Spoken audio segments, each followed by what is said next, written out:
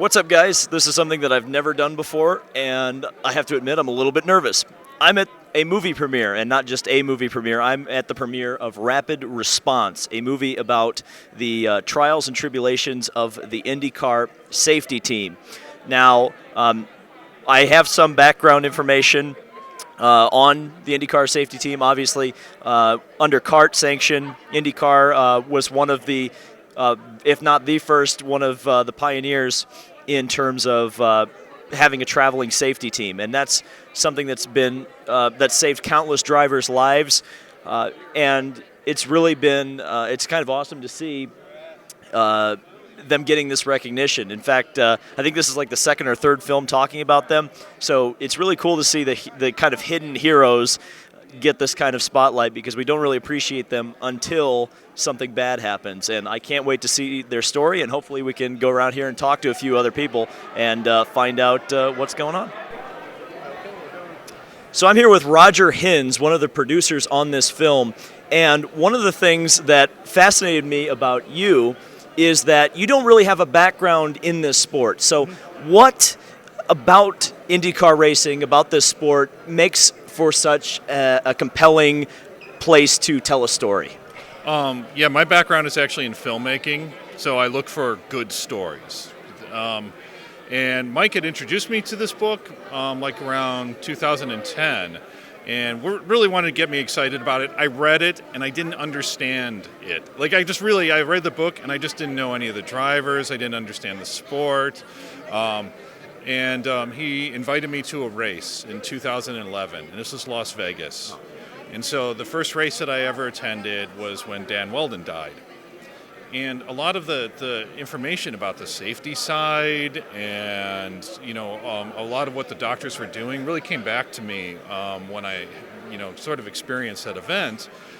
And then it really started to click, the idea of the story, the understanding of what they're doing on the track to improve safety for the drivers, and the reality of the dangers of the sport. You mentioned, obviously, your personal inspiration maybe to pursue this project was Las Vegas 2011.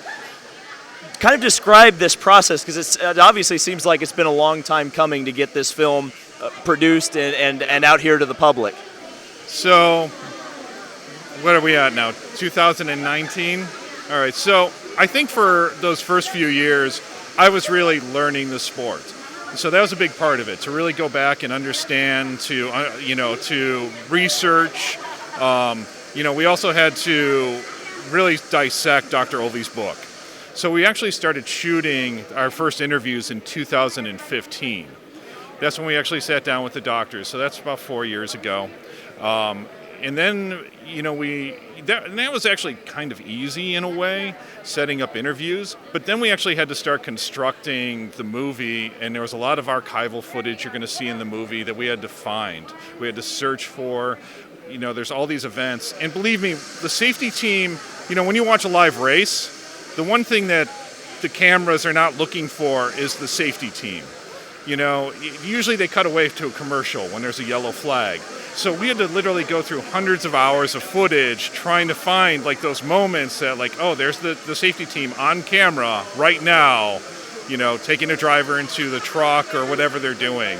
All right, we're here with Mike Miles, another one of the producers here on Rapid Response. And real quick, before we get into some of the semantics of the production, just tell people where they're going to be able to find this when it actually does release to the public. So the big news is the film is going to be released in theaters, which is amazing. Very few motorsports documentaries actually get there, but we got a partner September 6th, 2019. It's going to be in 15 to 20 North American markets. That includes, for sure, we'll have it in Los Angeles, Indianapolis, New York, Toronto, and then there's a bunch of other ones that they're being investigated, possibly Portland, Austin, some cities in Florida. I mean, it's going to be everywhere. So, yeah, it's going to be it's going to be a limited release. It will not be in, every theater in those cities, but we get people out to see it.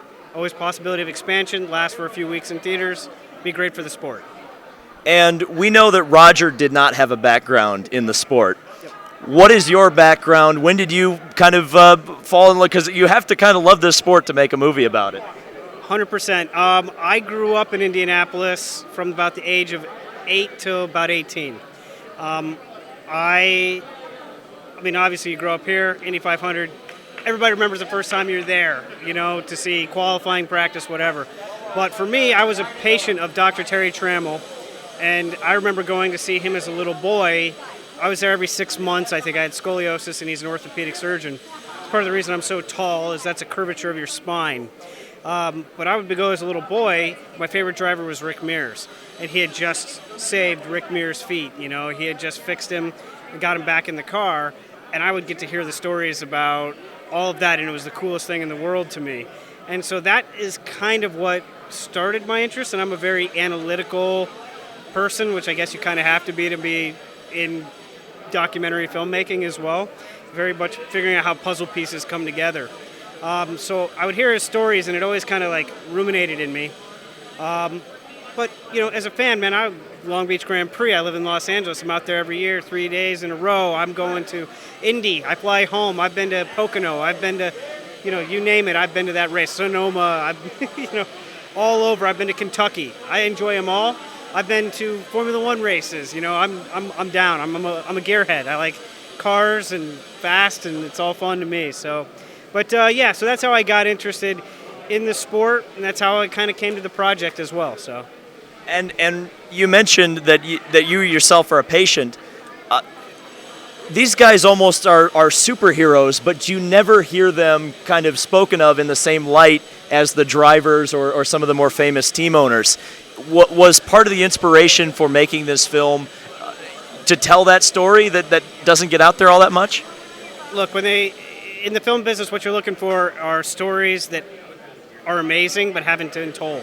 And these are, every single thing that they've done is influenced one part of your life. If you've been in an automobile in the last 20 years, there's research that these doctors did from saving another race car driver's life. They did research on all that, and it's in your cars. NASA borrows science from IndyCar. And the best part about it is nobody made them do it. Nobody said, hey, we have to go do this. These guys just started doing it themselves and pushed it back to go, hey, CART, can we have some more money? Hey, IndyCar, can we have some more money? We're doing research. And everybody noticed, hey, the sport's getting really safe. These guys were doing it just self-started. They just kept moving because they loved it. They made friends. They loved the drivers, and they wanted to see it safer. So I'm here with Stephen Edwards, and Stephen has an interesting story because at one point you were a part of USAC in their safety team. Now, I have a lot of younger viewers because I'm go out on YouTube. Explain to folks what safety used to be in auto racing just across the board, because some people, it will boggle their minds. When I came into the sport in the late 60s, as the Indy cars traveled from one venue to another, you basically relied on the people at that venue to provide the various services. Be it technical inspection, safety, timing and scoring, registration, whatever. The United States Auto Club did send some officials, but they were more overseers of the process. And so that was basically what it looked like at that point in time. You went to Pocono, their fire crew. You went to Trenton, their fire crew. And when CART was started, one of the things we recognized was those people were extremely valuable and extremely needed. But at the same time, we were looking for the continuity of the experience. If you do something once a year, it's very difficult to have that continuity and keep up with it. I used to say the only thing I do once a year I'm any good at is open Christmas presents. So we needed those people. It wasn't our plan to replace them, but we needed that continuity. I just was talking to Derek Daly about his accident in Michigan, and he said within seconds of me looking down and seeing my car gone, your face appeared, and I knew who you were. You were my friend, Steve Edwards. And to the drivers, that was very meaningful. So I'm here with Dr. Steve Olli, and it is an absolute honor to speak to you because you've saved and or put together some of my heroes after they've had some of their most brutal accidents. First of all, your movie that we've just seen is based on a book that you wrote. Tell me a little bit about the process of writing that book and how you got to become a major motion picture. Well, the book was the result of my wife and I going to dinner at race weekends with different people, and Dr. Trammell and his wife, and we'd all be talking about stories and things that had happened through the years, and somebody invariably would say, "You ought to write a book," or you guys ought to write a book. And I didn't think that would be something I could do, and maybe it would take too much time and not want to do. And I got to talking to my friend Sid Watkins, who was Professor Watkins that was my counterpart in Formula One and had started the same kind of thing in Europe with them. And he had written a book and enjoyed doing it. And he's a busy neurosurgeon, and he actually talked me into doing that. So that's how the book came about. And it took quite a while to put it together, but when I started, I really started to enjoy it and finished it. So I didn't think any more about it, and it did reasonably well in sales, that kind of thing.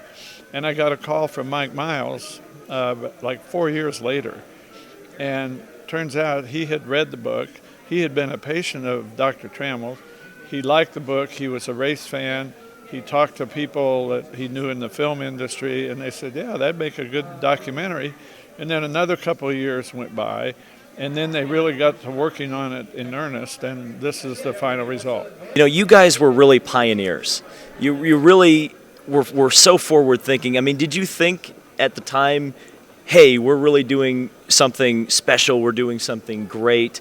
Or was that only afterwards when you're writing the book or helping produce this film when you say, oh my gosh, we did so much, in the 70s and 80s to really move this forward? We never thought about that.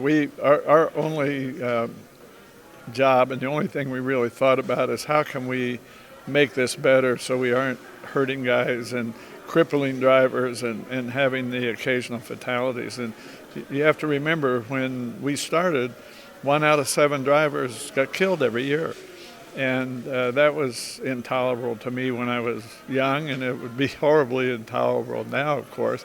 And so we didn't really think of anything that might come of it, of us doing it. We just wanted to do it to make everything better. And all that's happened since, and the fact that we were able to be successful at it now, these kinds of things are happening, and it's just kind of overwhelming, really. So I've just come out of the screening for Rapid Response. I have to give it a big-time thumbs up.